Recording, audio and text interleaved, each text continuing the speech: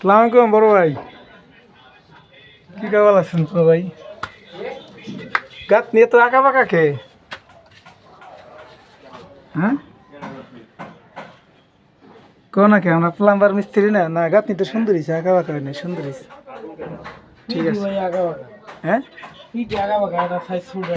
তাহলে এটা হলো আমাকে পানির লাইন। হ্যাঁ পানির লাইনে আমরা এই দিক দিয়ে বের করছি, ঠিক আছে না? আর এটা হলো ময়লার লাইন। এখন আমরা কি করব জানো?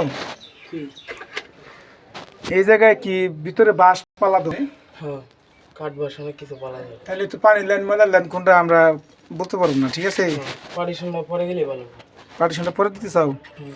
আচ্ছা একটা জিনিস বোঝা যায় না, এনে তো লং টাপটা কাছাকাছি তাই না? তাইলে এটা লং টাপ আর এনে সম্ভবত এই যে উমরেটাই লাগে হাই কমেন্ট। হ্যাঁ উমরেটাই এটা 11 সেন্টার এটা ওই বলে শিওর। এই বাইরে গানে মাপ দিয়েছিলাম। আচ্ছা ওটা যাই দেখুন, ঠিক আছে?